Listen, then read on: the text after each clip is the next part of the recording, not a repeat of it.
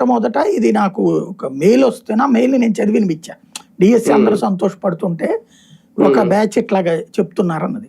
అది మనం ఒక వీడియో చేసి వదిలేసాము. తర్వాత ఈ వాళ్ళు సాక్షి దగ్గరికి ఇంకా మిగతా బ్యాచ్ అంతా వెళ్ళినట్టున్నారు. 1 by 1 కవర్ చేయడం, ఆ తర్వాత జగన్ దగ్గరికి వెళ్ళటం ఇదంతా జరిగింది. వాళ్ళందరూ పెయిడ్ పాపం వాళ్ళ కర్మగాలి. ఎవరైతే బాబు గారికి ఇదేంటి అని అడిగిన వాళ్ళందరూ జగన్ కి అమ్ముడుపోతుంటారు. జగన్ ఏమో సూట్ కేసులు పట్టుకొచ్చి లైన్ లో అందరికి పంచుతా ఉంటాడు అనమాట. నోట్ల కట్లను సూట్ కేసు. కొంచెం కామన్ సెన్స్, మనం ఆ ప్లేస్ లో ఉంటే ఏంటి అని ఆలోచిస్తే బాగుండుండేది. నిన్న కూడా మనం ఏం మాట్లాడాము, ఒక అవసరమైతే జిల్లాల వారీగా ఒక టేబుల్స్ వేసేసి కూర్చోండి అయ్యా, వాళ్ళని పిలిచి వాళ్ళు వచ్చినప్పుడు సమాధానం చెప్పండి, కన్విన్స్ చేయండి. కన్విన్స్ కాకపోతుంది డిఈఓల లెవెల్లో అని చెప్పాం మనం. అది వాళ్ళ కన్విన్స్ చేస్తామని చెప్పి రెండని పిలుస్తున్నారు. కాబట్టి ఒక వారం 10 రోజుల్లో క్లారిటీ రావచ్చు. ఈలోపు ఆరోపణ కంటే వెళ్ళి క్లారిటీ తీసుకోవడం ఒక ఎత్తు.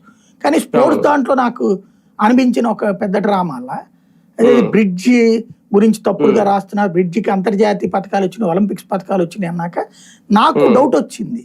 అంటే మనం వార్తల పరంగా బ్రిడ్జ్ అంటే పేకాటని చూసాం కానీ ఇంకేమన్నా బ్రిడ్జ్ ఉందేమో. అంటే మనం స్పోర్ట్స్ కూడా చాలా కవర్ చేశాం కదా, క్రికెట్ దగ్గర నుంచి అనేకం కవర్ చేశాను నేను. స్పోర్ట్స్ కూడా స్పోర్ట్స్ అసోసియేషన్తో మంచి కాంటాక్ట్స్ కూడా ఉన్నాయి. అందుకని బ్రిడ్జ్ అంటే ఇంకేమన్నా మనకి తెలియని